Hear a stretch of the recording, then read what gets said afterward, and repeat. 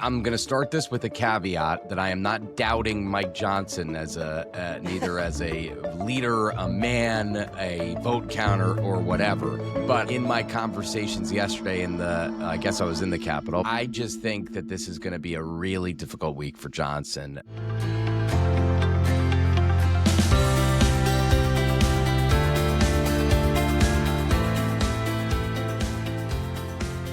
Good morning, I'm Anna Palmer. And I'm Jake Sherman. And welcome to the Daily Punch, brought to you by Punchbowl News. It's Monday, June 30th, 2025. Let's get into the mix. Here are your Washington headlines of the day.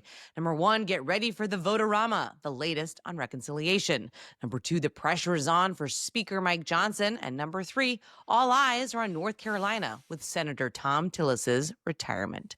Happy Monday, Jake. I know it was a long weekend in the Capitol for our team, and we are one step closer to the reconciliation package passing the Senate. Interestingly enough, typically vote-a-ramas start in the middle of the night, and the most dedicated reporters are there to watch it all happen. But Senate Majority Leader John Thune decided to take a break. Kind of interesting. You know, Andrew, our intrepid Senate reporter and Laura Weiss were ready for the night shift. I was there during the day yesterday, and you know, Anna, they got off easy here. And I'm thinking that we should stage our own night sessions so they could have to stay up overnight. This is interesting. Vote-a-ramas happen overnight for a reason, for the most part. Number one, I mean, it's just practical, right? Like, that's when they finish their work and they have to go do whatever. They have to do these vote-a-ramas. They're at the end of the process, so they end up, being overnight. And also, there's the strategic, right? So the vote-a-ramas, you have it overnight so people don't go too long, and they're pressured and they have the incentive to wrap up. They get tired out, right? Exactly. I mean, that's the part. The point of this is to try to get people to just move forward so they can actually move on through the process. This means you're going to have some fresh legs here at 9 a.m. Senators, especially on the Democratic side, who want to make this as painful as possible, are going to be ready. It also, allows for better television time, right? At 2 a.m., 3 a.m., no one's watching these kind of votes that are mostly political, where Democrats are going to be trying to shame Republicans on Medicaid, on all kinds of different things. And now they're going to have, for Washington anyway, primetime viewing. Yeah. And 9 a.m., you have to assume it lasts. Our working assumption is 8 to 10 hours. So you're looking at final passage, in the 7-6-5 neighborhood, maybe. And that's tonight, PM. So we're talking about almost like a primetime vote, right? So yes, it will probably get more coverage than it would usually if it were, 3 a.m, because we would be moving, if they went overnight, we would probably be getting toward the middle of the vote-a-rama right now, and maybe, mid-morning. Here's my assumption, Anna. This is going to pass the Senate, I would assume, and it will, my guess, and I'm just, who the hell knows, right? Because these are fickle people. Rand Paul, I think, votes no. Thom Tillis, and we'll get to this in a minute, certainly votes no. And then does Susan Collins vote no? Not someone like Susan Collins. Actually, does Susan Collins vote no? And they can lose 3 votes. So that is what Republicans can lose. 3 will take them to will lead them to a phone call to J.D. Vance, the vice president, who was called in, by the way, on Saturday night to break the tie on the motion to proceed. He was not needed after John Thune and Vance and the rest of the crew flipped a bunch of conservatives, including Rick Scott and Mike Lee and Ron Johnson, who had already voted no and switched his vote.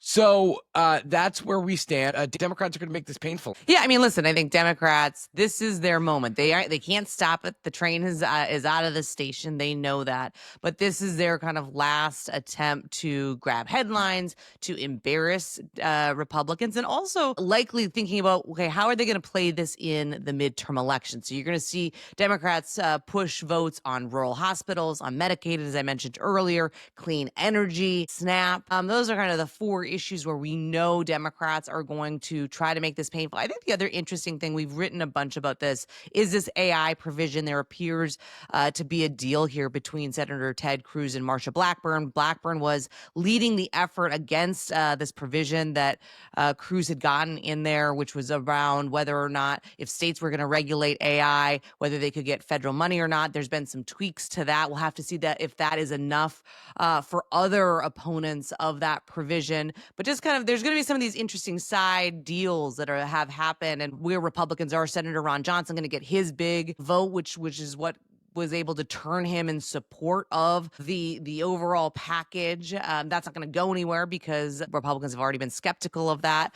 But this is going to be several hours and kind of what us insiders, kind of watch all the time, but it's going to be something on display across cable news, certainly all day long. Can I just say one thing here? You can. If this FMAP thing does pass, Andrew thinks there's no way. I don't know. I'm a little bit more of a... This is the Ron Johnson provision. Yep. This is the Rick Scott FMAP federal match for Medicaid states. So basically what this does is it eliminates the match for the Medicaid match, the 90% Medicaid match for expansion populations under the ACA, which is basically just trying to, again, take a whack at Obamacare. This is something that had come up in the House a bunch of times over the last 6 months, and Mike Johnson eventually ruled it out because moderates were freaked out about it. If this passes, I become very bearish on the House product because moderates are not going to vote for FMAP changes. We have heard this about 60 million times over the last several months. And I, the leadership cannot work against this amendment. John Thune, as part of this agreement, John Thune had to be at least vocally supportive of it. And I asked him about it yesterday in the Capitol. And he said, he thinks it's good policy. He doesn't know why Republicans would be against it. I know why Republicans would be against it because there's a lot of moderates who don't want to be seen as taking health care away from people. But I understand what Thune is trying to do here. But again, if this FMAP thing gets adopted, it won't be taken out in the wraparound amendment, which kind of negates all of the amendments that that might have been passed during the vote-a-rama. This bill becomes very difficult in the House. I already think this bill is difficult in the House, which we'll talk about in a minute, but this FMAP thing would make it impossibly difficult. All right, Jake, on to the number 2 story of the morning. You previewed it well, the tough situation that Speaker Mike Johnson finds himself in. All eyes are going to be on what the Senate does first, but he's got a very tough task. So much of Johnson's strategy has been just go ahead. You got to, this idea of urgency that we'll fix it on the back end, that this is just one procedural step after another. Well, we're done with the procedure at this point when it gets to the House, and it's really where the rubber meets the road. I'm going to start this with a caveat that I am not doubting Mike Johnson neither as a leader, a man, a vote counter, or whatever. But in my conversations yesterday I guess I was in the Capitol, but it doesn't matter. I was not talking to people. I was talking to people outside of the Capitol for this item. I just think that this is going to be a really difficult week for Johnson. There are a lot of people who are upset right now, including the Freedom Caucus, but also moderates. Here's what here's the story. House conservatives were promised $2 trillion in spending cuts if taxes were cut by $4.5 trillion. The Senate did not make it there. And by the way, John Thune was skeptical about this promise. He was not firm on this promise. A lot of us noticed that at the time. Team Johnson and the leadership team were like, oh no, he's fine. He wasn't fine. And then you see that now. Moderates are freaked out about the cuts to Medicaid, which have gotten harsher in the Senate version. It's close to $1 trillion in Medicaid cuts. And that is the rub here. He's getting squeezed by both sides. He could lose 3 votes. You cannot vote. You can vote present on this one, but it would be politically just really stupid to vote present on a bill like this. So I think it's a squeeze, Anna. That is the long and the short of it. We are keeping track of all the movements in our Big Mad Index. Encourage you to check that out.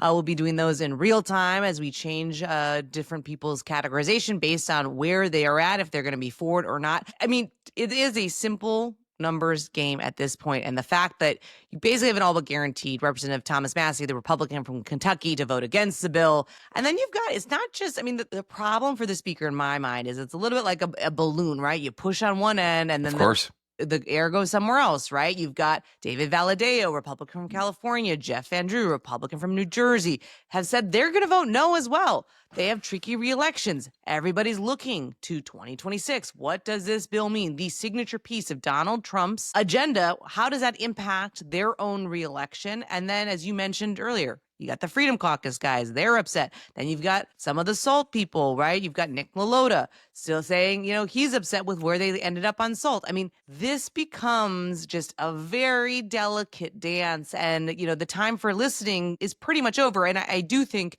the big question is going to be, you saw it in the Senate, right, with J.D. Vance coming to the Capitol with the president golfing, making direct calls. What is their kind of power play here? What is their lobbying play to try to get some of these folks on board? And I do think, are these conservatives in particular going to stand up to Donald Trump and his signature agenda?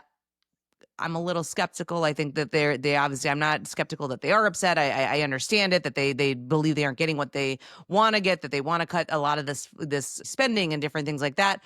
But man, standing up to the president of the United States of your own party for their biggest legislative achievement of the first 2 years of their administration, I think is a tough task. Yeah, listen, there are a few things to point out here. Number one, the HFC is upset about a lot. And they feel like they've been on a ride with Johnson over the last 6 months, which is Johnson at every point in this process has basically said, give me your vote here so we can get to the next phase. We got to get to the next phase. This bill will change. It'll get better or whatever.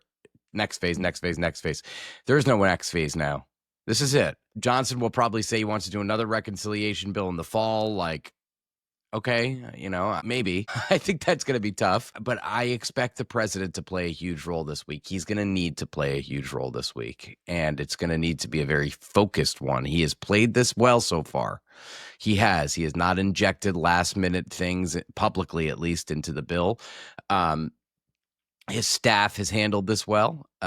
They've been their leg affairs team, their political affairs team. They've all handled this well. I just now think, he needs to make the point. This is his presidency on the line, even though it's not, because he's not up for re-election. But this is the centerpiece of his domestic agenda, and he's going to need their votes, and he needs to make that clear. And I expect he will. All right, let's go on to the number 3 story of the morning. A really good item here, laying out the politics in North Carolina with Senator Thom Tillis.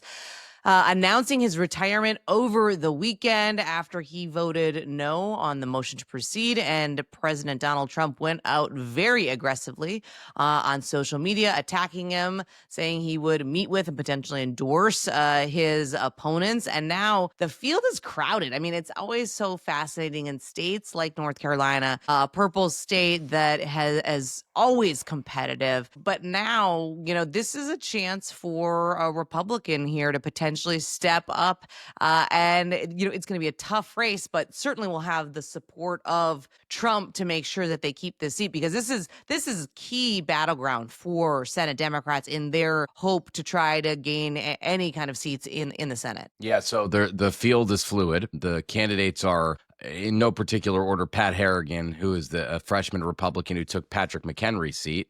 He's about twice the size of Patrick McHenry, which is funny because he's really tall and McHenry was short. And RNC Chair Michael Whatley, who's also from North Carolina, NRCC Chair Richard Hudson. I don't know that he'll do it, but he's in the mix at least. Lara Trump, the president's daughter-in-law, who was last seen floated for a Florida Senate seat, so she's been all over the place. And I think, she's a North Carolina native, so I understand that. This is just all about who Trump is going to pick. No one's going to win without Trump's endorsement. No one's going to have a chance without Trump's endorsement. So you might as well throw your name in the mix. I mean, Harrigan's been in the mix for a long time, at least at Trump's orbit. They were talking about him potentially challenging Tillis, which he had not said he would do. But anyway, listen, this is a state that is getting bluer. It's purple. Yes, Trump has won it 3 times, but there are a Democrat, namely Roy Cooper, the former governor of North Carolina, would be an incredibly strong candidate that Senate Democrats are heavily recruiting, and this is going to be a premier race in 2026. And Tillis's bowing out, although it wasn't expected, is probably a plus for Republicans in some ways because they'll avoid a messy primary. They'll get the candidate that they want, and that candidate will be able to put up a race against Cooper. But I'm not saying they wanted to push Tillis out, but there would have been a primary and it would have been messy. And I do think Tillis, I mean, in his talking to reporters, warning Trump not to make the same mistake he did with Mark Robinson, the scandal-plagued GOP nominee for governor in 2024. An important point here, right? I think if you look at the last cycle, Trump was pretty careful about endorsing statewide electeds and not going so kind of conservative with or with candidates that were flawed, that couldn't win statewide. That's something to watch here, right? When you look at the potential field. Yeah, don't put up a dope. Good strategy. Political Strategy 101 by Jake Sherman. Put up a candidate that could win and that people want to vote for, not somebody with a tremendous amount of baggage. I mean, I think that's the main game here. All right, we are going to leave it there. Thanks so much for listening. We appreciate it. If you like the Daily Punch, please share it on social media. Tell your friends. It's the best way for folks to find out about us. And of course, you can go deeper on all these things and more by signing up for our free morning newsletter at punchbowl.news. Have a great day and stay safe, everybody.